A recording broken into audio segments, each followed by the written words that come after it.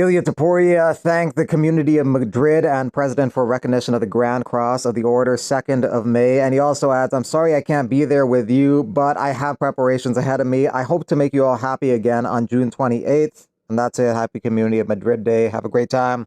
The guy people want him to fight is Islam Makhachev. Whether Makhachev takes the fight may be dependent on whether he decides to go out to 170 or not. Everything may just depend on what happens next weekend. Bilal Muhammad versus Jack Della Maddalena. If Bilal wins, Makhachev doesn't move up and he fights Topuria. If Bilal does not win, then Makhachev does move up and he fights JDM. Dan Hooker also thinks that the UFC is just waiting to see what happens next weekend in Montreal. JDM wins 100%. Islam will go up and fight for the welterweight title.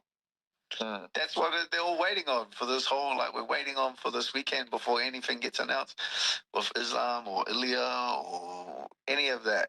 It's all up in the air. I'd say JDM wins 100%. Islam goes up, and then we'll probably see Charles and Topuria fight for the lightweight belt. If Bilal wins, then Islam will fight Ilia for the belt. To the scale, Misha Tate. Yeah, that's right. We're having a time on the chest. Extra down for us. Yes, the pockets. Right. No.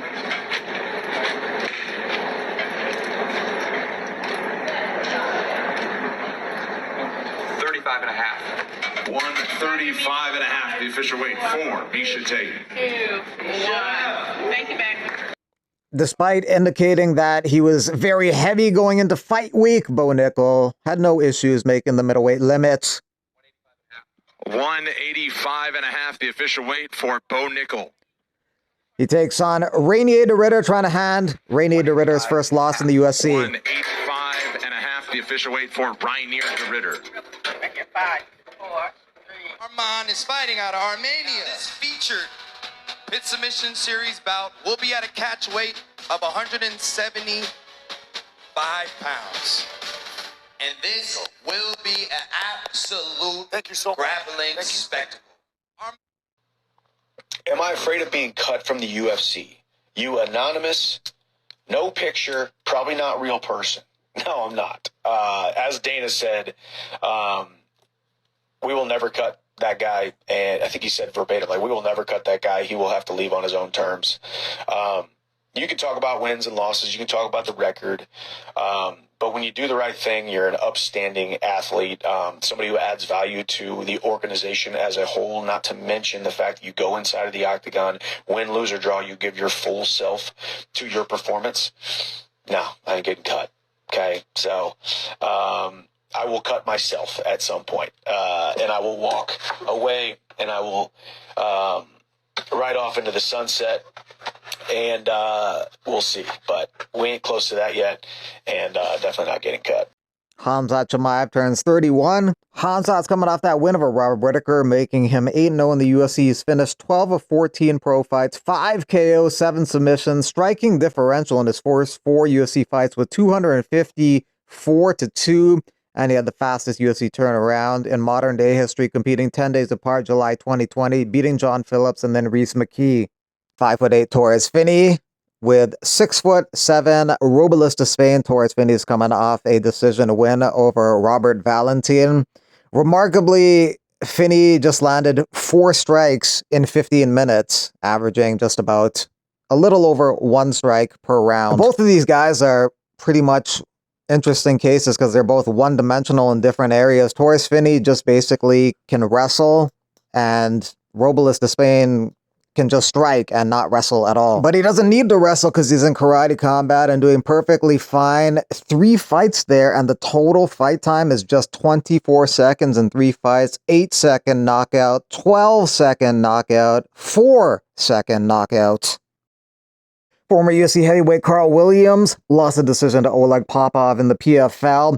A lot of people felt that Williams was robbed, but Williams keeps it classy afterwards. A lot of people in his position wouldn't be as gracious. Hello, everyone. Just want to give y'all an update. I am fine. I'm doing well. Took no damage. the outcome wasn't what we expected. I got the call on. I was an alternate the whole time for the last like 5 weeks or so. So I just been training. Wasn't expecting to fight, but still training, being ready for whatever they happen like tonight.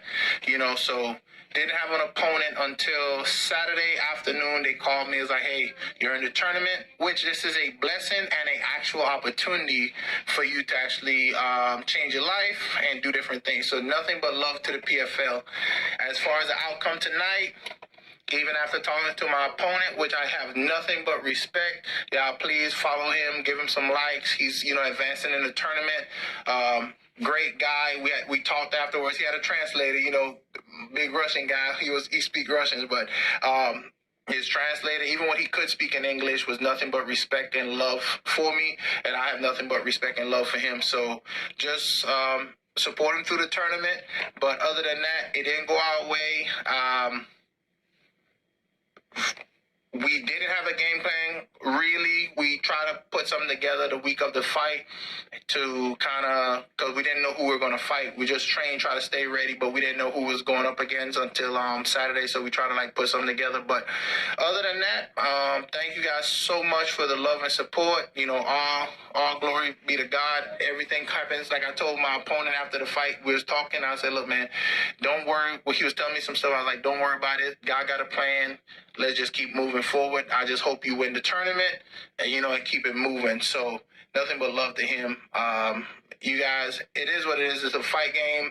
I think I was doing something, coaches was giving me instructions, and in the corner we thought was, okay, if he's going to hold up us against the cage, just do damage.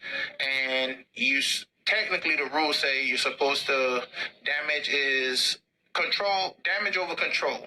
So coaches was giving me different instructions, but I was like, okay, well, I'm doing damage. Let's keep it going.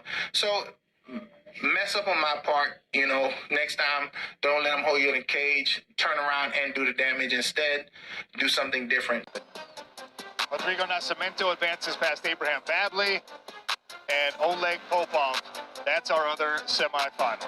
True athlete. All right, are you excited to be moving on to the next round? Yes. I moved from UFC here to PFL just for this belt because I know that I have enough skills to make it happen. And also, in the last couple months, in the last 1.5 years in my life was very big changes. We moved in the US with my family, and I was a little bit confused, and in my career was a couple losses, but now I'm mentally strong, physically strong. I'm ready to go on 100 miles an hour.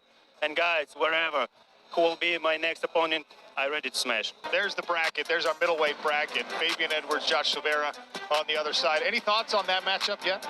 No, I'm not paying attention to them at all. I got Aaron Jeffrey right in front of me. That's the only person I'm focused on right now, so I can give a damn less about them too. This is what it looks like. It's called a nasal dilator. Intake breathing. Let's see. Moment of truth. Whoa. A whole new world. That's nice.